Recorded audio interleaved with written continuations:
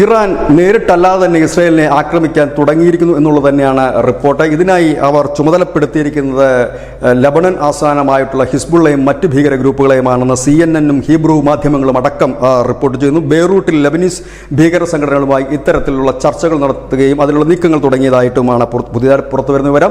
Hezbollah കഴിഞ്ഞ കുറേ ദിവസങ്ങളായി ഇടയ്ക്കിടെ ഡ്രോൺ ആക്രമണം ഇസ്രായേലിന് നേർക്ക് നടത്തുന്നുണ്ട്.